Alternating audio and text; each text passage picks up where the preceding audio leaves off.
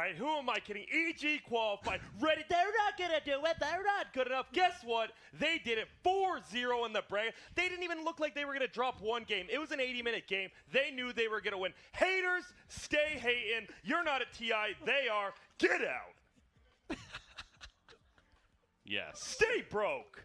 Who knew that Evil Geniuses would qualify for the International of 2018 without beating VGJ Storm or Optic Gaming? Now think about it. In the North American qualifiers, Evil Geniuses made it to the International without beating their rivals, the other top teams in the region. This is how, well, perhaps broken the open bracket system was, especially in the North American region. I personally think that a third team should have been also allowed in the Chinese qualifying region, but hey, I'm not Valve and I don't decide all these things. But the NA region was able to get 3 qualifying teams to go into the international. This is unheard of because every other region only takes 2, and some were even taking just 1, having a grand finals of best of 5. For example, in the Europe region, where OG faced against Wind and Rain, and OG just dismantled them. However, Wind and Rain are a pretty good team, and I think they deserve to be at the international. If EG made it, why don't they get a chance as well, you know? It's kind of limiting to competition, but perhaps Evil Geniuses got the preference of the bracket because of their fan base.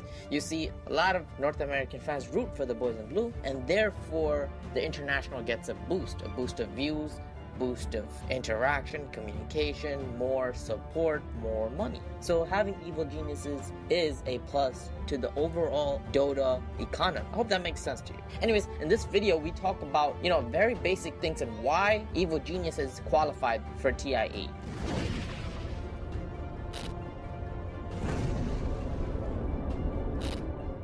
I'm gonna break it down to you very simple. Number 1, Fly is a better captain than Misery. Simply put. This team definitely has, everything it takes to win a championship. It's just about kind of finding the right recipe. I'm sorry to tell you, but Fly knows how to manage Sumail and RTZ better than Misery. Fly is like a breath of fresh air for us. When he talks, it's just nice to listen. Second, due to the current meta, due to the current patches and how the mid lane is played, it's mostly a 1v1 matchup now. There's not a lot of babysitting, there's not a lot of roaming because the lanes are so heavily prioritized that the mid lane gets solo played. This means that Sumail can focus on playing heroes that are lane dominant. So he picks Alchemist and Templar Assassin. These are both YOLO picks. Just watching EG play, like Sumail's absolutely back. Like I don't know, I feel like all 4 games we saw today, ignore everything else, he just crushed his lane every single game. And like that puts you, if you ignore every other factor, you're like already 70-30 if you just crush the mid game. And guess what?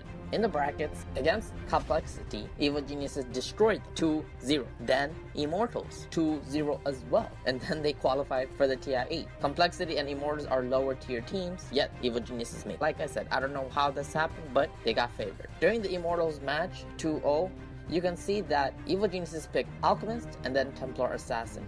Both heavily dominated the lane. Sumail simply made the game out of proportion by himself and won it. Exciting moment in the game. Back over here, Sumail, he's unkillable. He still has the Aegis, and he's going to take out Wind Ranger. Another unstable concoction. Hey, it's been about a second. Another one's ready to go. Let's get a double kill out of it. Why the hell not? Jiminy Jellicers, he's owning.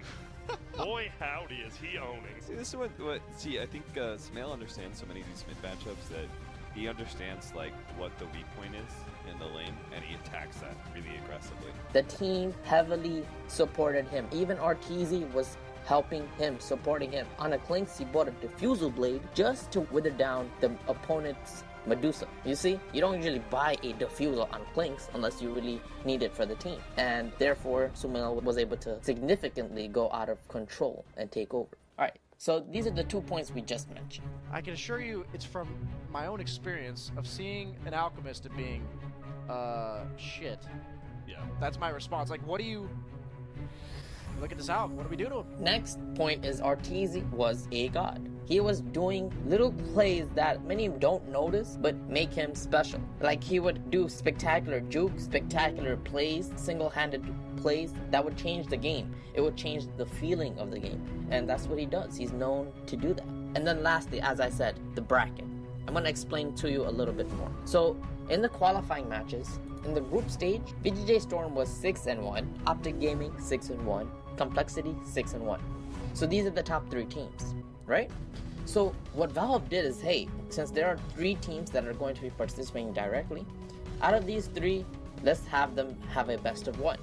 So they all had a best of 1, and VGJ Storm with Evil Sumail and Resolution were able to win it. Therefore, they got directly invited to ti8. Now, that eliminates them from the playoffs because they're already invited, right? So now it gives a bigger chance for Evil Genius. They don't have to face a heavy loaded team. Secondly, Optic Gaming first face off against Immortals in the playoffs. They lose somehow. So for some reason they lose. I don't know why, but this gave a great chance for Evil Geniuses. So then, when Evil Geniuses face off in the winners finals, it's not against Optic Gaming, but it's against the Immortals. And Evil Geniuses just destroy them due to pure talent. So then, right after that, they're qualified. So Evil Genius did not face VGJ Storm or Optic Gaming once. And yet they win. They're in TI. How does that happen? It's crazy. Play well 1 or 2 days, all of a sudden, you're there. You're going to TI. It's really, really broken if you think about it. Not facing your top rival, the top hindrance, the top team, the top teams in your region, and yet you're somehow into the international, the biggest tournament of Dota. But it is what it is, and this is what happened. Until next time, this is Crystal's Dota out. Geniuses are going to TI8, ladies and gentlemen. So God. we'll ask from the first person perspective, from the Punk's perspective, Grant, are you satisfied? If the patch remains the same, or teams with similar level mid players. Like, if you don't have that mid skill, like, you're actually going to lose almost certainly to EG from the laning stage. This was the hard part for EG, qualifying for TI itself. Now they get that break, right? Yeah. Now they get the couple of months, month and a half, whatever it is. Weight lifted. They most certainly, as always, are going to be a team to look out for at TIA. I don't think that's going to be any different just because of the struggles they had in the group stages here. I really want to support the TI industry, the Dota world. It means so much. So I hope you guys can win.